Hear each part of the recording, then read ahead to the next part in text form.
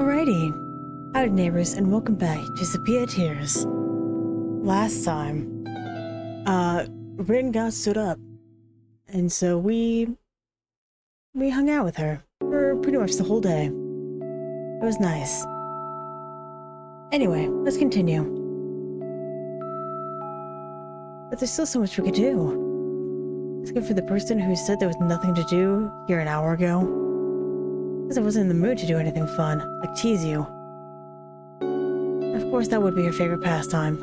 You know, if this were a game, we'd go shopping for clothes. And then you get to watch each other's swimsuits and rate them on a scale of 1 to 10. I think you wouldn't mind doing that. I guess I could even want me to. There's no need. We both know you'd be the school swimsuit character. Hey. Whoosh. His door is above my head as I instinctively crash down. Fine then. Just you pull off a one piece and a... They're wrong? That's it. You're in the situation. You'd keep reloading the save file until you got every image, wouldn't you? Now they mention it. Well, too bad. My pastor turns around. I know she's smiling. How about it? Wanna head back? Yeah, I guess we should. Have fun today. I'm glad to hear it. You're the best. It hugs me like a child hugging a teddy bear. I know she's joking, but I pat her head and play along. Don't forget your mission now. You can't back down after coming this far. I know. Hey, Mark. Promise me something, will you? Smirking it as if she'd come up with an idea of a lifetime. She walks up ahead and gazes through the foggy window, expression reflecting contrast in the light. This is all over and exams are finished. Let's go sing karaoke. Me, you, Lucas, Lillian, maybe even my friend. Maybe even Myra. Just close sing along to the Christmas love song. New Year's Eve. Let's do it. You promise? I promise. In that quiet corner of a crowded mall, next to an old discolored window overlooking a slushy parking lot, I saw the future. What am I supposed to do? What happened so fast? What came over me? Coming into his window was an impulsive decision to begin with.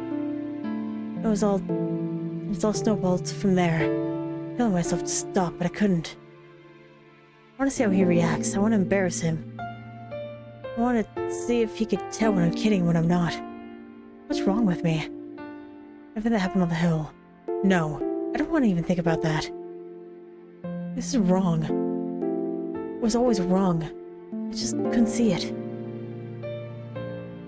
This is what I get for playing with something that should have never been played with. I stand and rub my eyes. The cloudy day out. Out he is walking a lonely walk back home.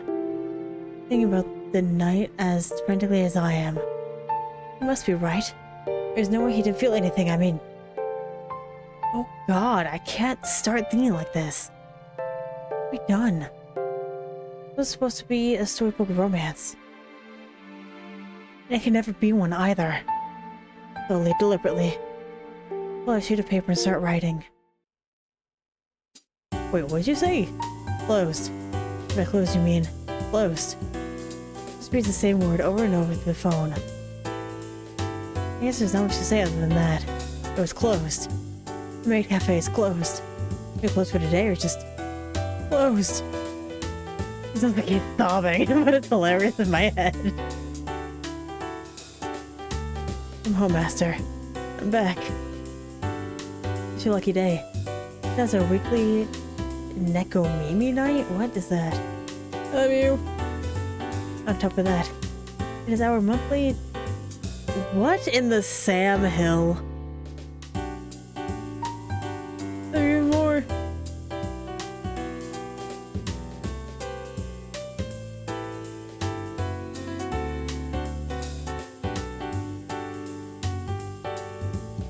You know, I'm just gonna let this do what it needs to do.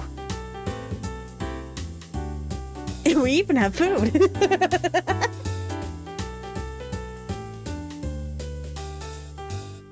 is what I would like to say, but we're closed.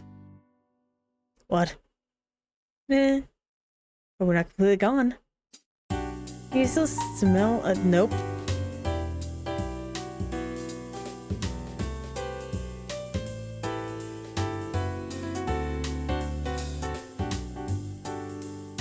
Lucas, you still there? Trying to figure out what you were snickering about a minute ago, but yes, I'm still here. Guess you noticed. Look on the bright side. When you're old enough, you can open up your own May Cafe and fill the city with hope. I know your words are shallow, but thank you. You took it seriously. And so what is it? The door's just closed? Too much. The windows are boarded up, the posters are on. There was something there, I'm sure of it. You'd be so sure you had the address. That too, but... gross. Gross. Ew.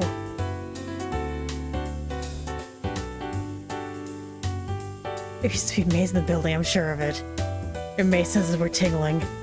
I think I'm exaggerating. God knows or not. Laughter fades away and awkward silence replaces it. Mark? Actually, there's another reason why I called you. What was it? It's not particularly important. Not particularly important? What does that mean? It means that to some extent it's important. And in many ways, it's something that is, in fact, unimportant. You're just trying to piss me off. I'm actually trying to distract you.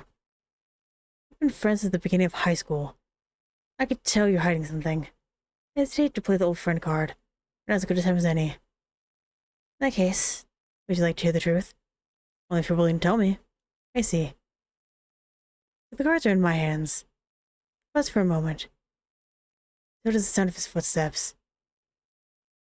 Is it serious enough to make him stop walking? In that case, I'll explain. I reconstruct every conversation I had with Lucas over the past few days. Look for clues that I might not want to find. I can't tell you everything. I'll explain bits and pieces. Fragments for you to piece together on your own. Hopefully, by the time you finish, it won't be too late. Fair enough. Takes a deep breath. Do you remember the time in the 9th grade you and Lillian and I worked together on a science project? Yeah, that was a painful couple months. We barely scraped up a 70 at the end of it all. Yes, I suppose it was painful, but it wasn't entirely bad, was it? At the time, we went on a trip up north for geography to study the natural wonders of the countryside. Remember, right? That too. We spent most of our time filling out a question sheet, but it wasn't all bad. I think I might know where you're going with this. Do you? You also might be wrong. Regardless, sum it up. As you could say that I've been feeling reminiscent lately. My bedroom is still, but a wistful wind leaks through the closed window. I've noticed. It's not a change for someone like you. It is, isn't it? I've been conscious of it myself. I shouldn't be feeling this way. It's not my job, not my thing. I suppose everyone, every human, at some point has to think about what they're searching for. I'm melodramatic. I'm not kidding. Yeah, I know you're not. Do you remember when we first met, Mark? Let's see, it was right at the beginning of freshman year.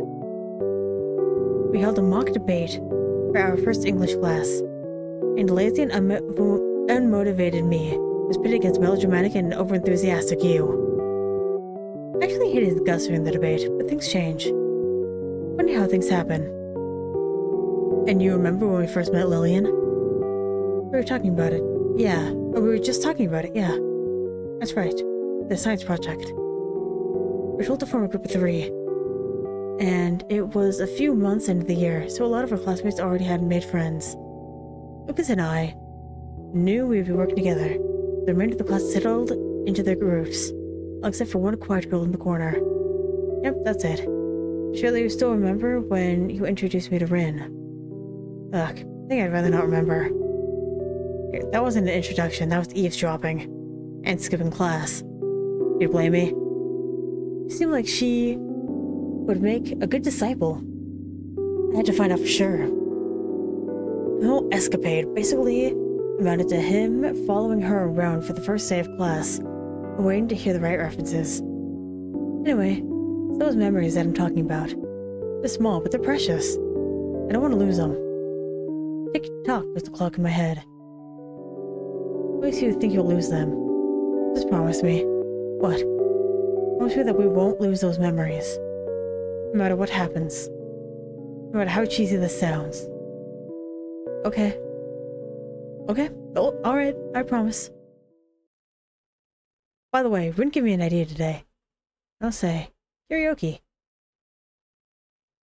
Like with 70s robot intros? I don't know, just karaoke. New Year's Eve, all 4 of us, plus a special guest or 2. You in?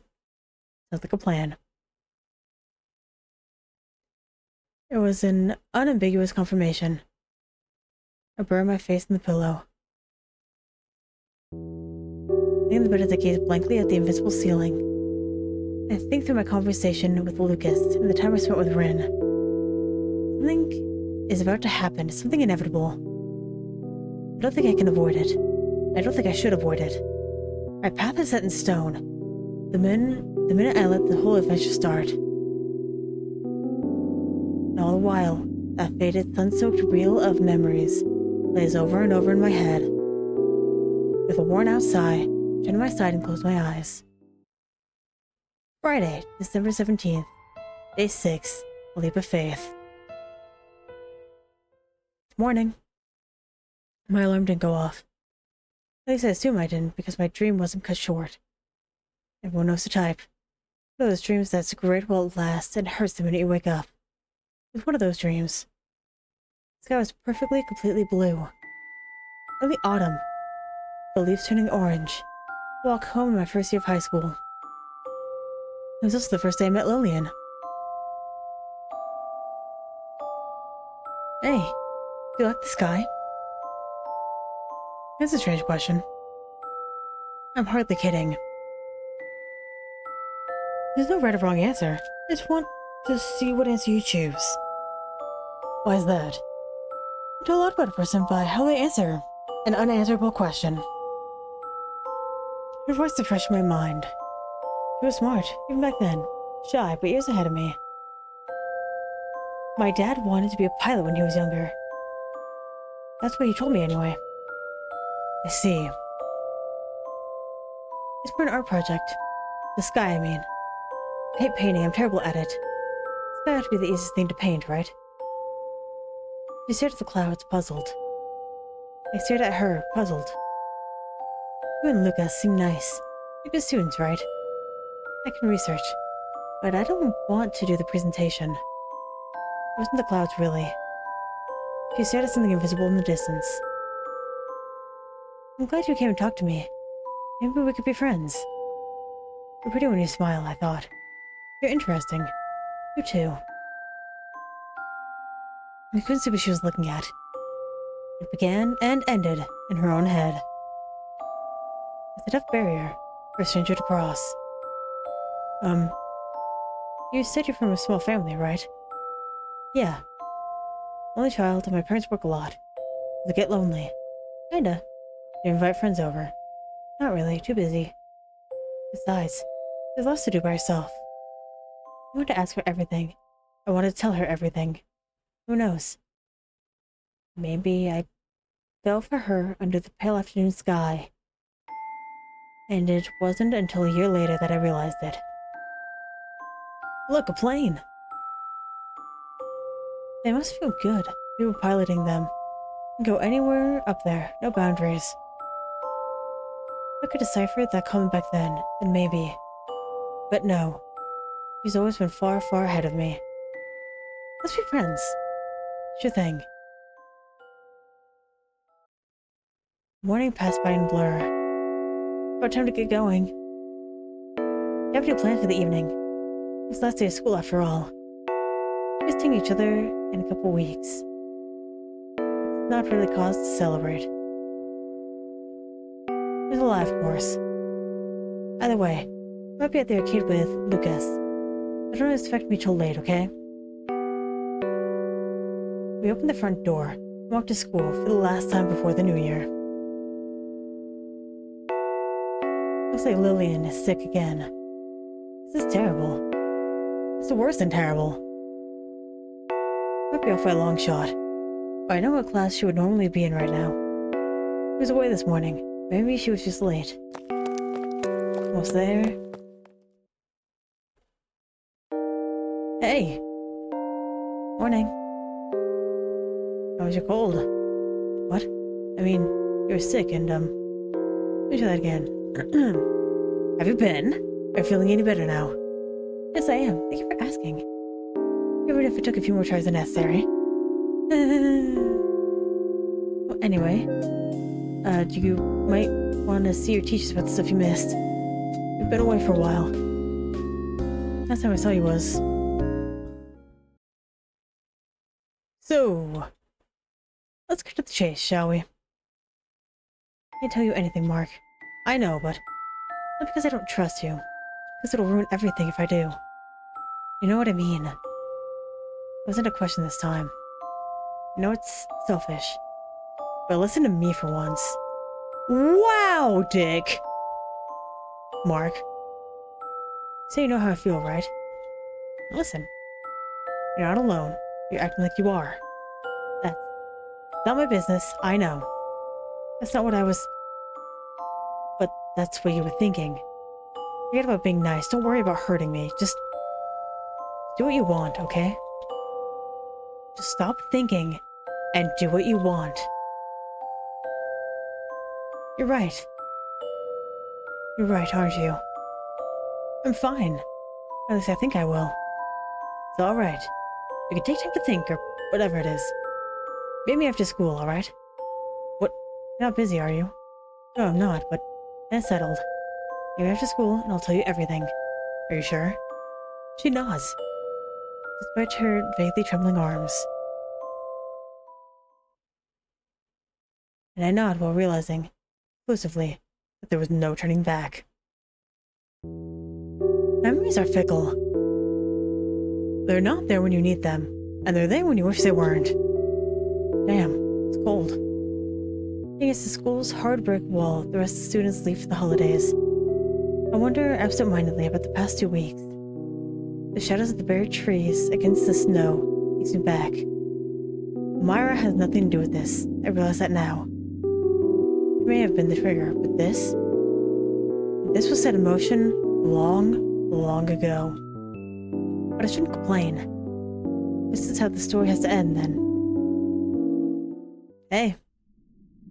Lucas. Yeah, it's me. Very busy this evening. I am. I told them I'd be half an hour late. Oh, so why are you here? I need to tie up a loose end. So what you said yesterday? No. Well, it's related in a sense, but it's not much about you. I'm here to warn you. You already knew that, didn't you? Part of me did. That's a part of the natural intuition, then. I've known you for a while, we're friends. There's a lot of things that go without saying. There's an equal number of things that need to be said. What are you getting at? I'm saying that you might be making a mistake. Don't lie to yourself. Bite my lip. I don't know everything. I don't know exactly what you're planning, or how you're planning to do it. But if you're making an important decision, I am obligated to make sure you do it properly. I need to break it to you, but you're no more capable than I am. I know that. There's another thing that you should know. You've conditioned yourself to not take the initiative. I'm going to change that. You're going to change that at your own peril. Fine by me. Just don't say I didn't warn you. He turns around and leaves. Before he can get out of earshot. Thanks. Say the words loud enough for him to hear it. You're late. I know. I'm sorry, but I got caught up with one of my teachers and... It's alright, I was just kidding. Try to smile. It's only been 10 minutes, relax. But... I'll cancel one of the favors I owe you, alright? Fine. Takes a deep breath and slowly exhales. So, you're the one that called me here after all. Oh, right. Shall we walk? Sure. It takes a while for me to notice that the flurries have already started to fall. It was like magic. A heavy, dense ball of bliss, pulling my heart into my throat. She's the same as always, but something's different. Something in the way she brushes her hair from her eyes makes her look like she's shining. Those fragments of conversations over the past year, those jigsaw memories, they all come down to this.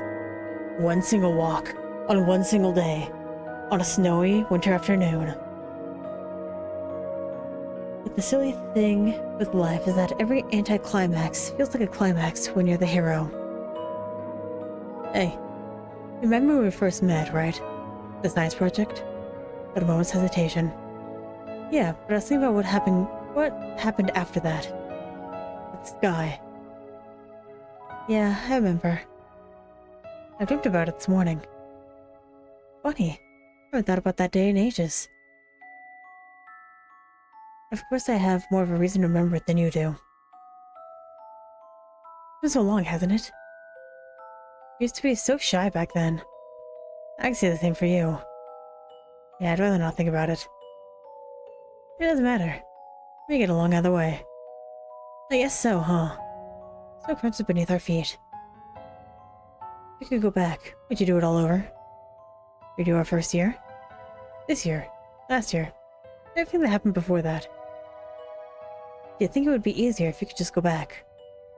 Maybe. Even so, there's something poetic about the way things fall into place, even if it's a mess. Like an abstract painting, you know? Beautiful chaos. Lily and I arrived at a small park in a secluded corner of the suburbs. It's a nice place, isn't it? I never knew we had a park here. It's always been here. I used to come here when I was younger.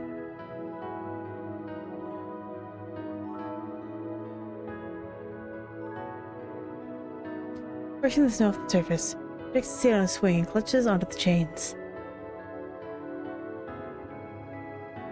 This area was a lot more populated back then.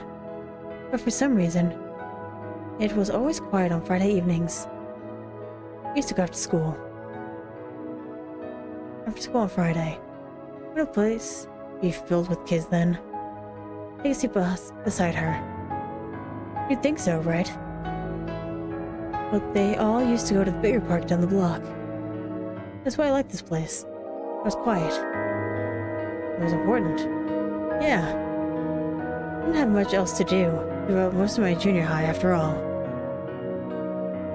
You've changed so much. You think? I know I'm more confident now, but... No, really, you have. Remember the time we were walking behind the school? You're scared that we get lost. I think I might still be scared if you were leading us. Touché. There's something sad about our laughter. Calm before the storm. Still, it was from back then. We'd have to prod you out of the bus stop to even come with us. I remember you promised that we'd find something exciting. I might have conveniently forgotten about that. Did we end up finding anything? Of course. I don't remember taking anything home. Was this something you could take home? Lillian, there's something I need to tell you. You made up your mind? 3 years ago, I swore I'd never do this again. But maybe the answer has been right in front of me all along. Whole drama has been for something, I know it. My memories of the Sepia-stained world surge forth, and I...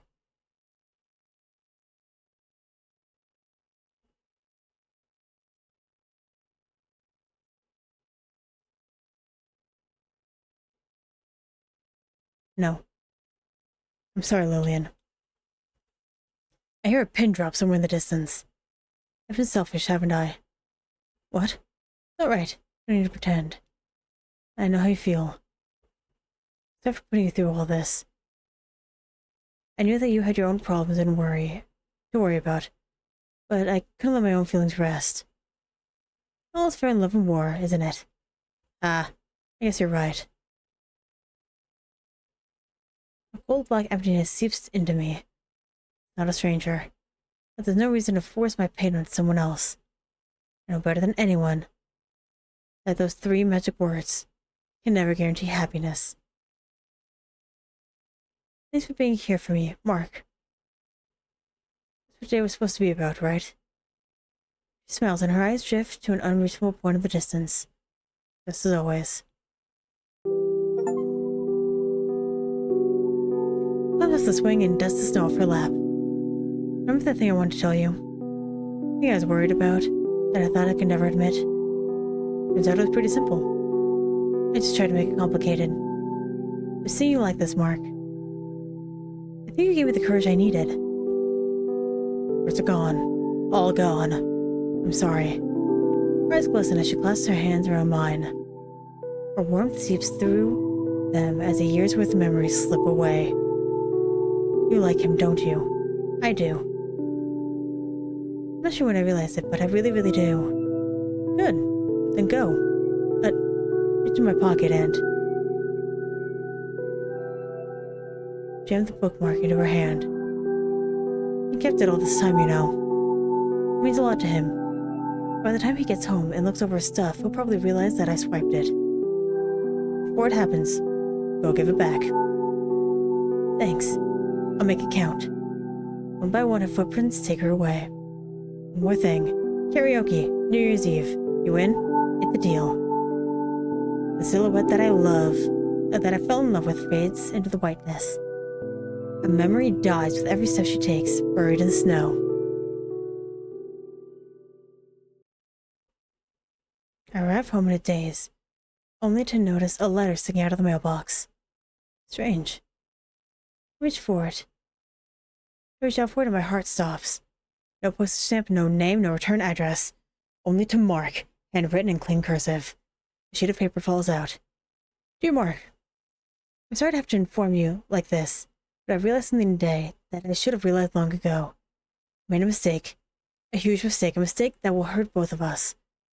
Before we can come to that, I'd like to see you on the 24th of December at 9 a.m. in a place where we first met. You may decide if you would like, but if possible, I would like to see you again. Just once. Just one more time would be enough. Once more before the end. There's a final line written on the back. P.S. I'll return the ribbon to you at the end of the day. I know how much it means to you. There was nothing I could do. I stood alone on the doorstep, with the cruel, frigid wind at my back, reading and rereading the letter, until I wanted to cry. Friday, December 24th, the final day, Sepia Tears.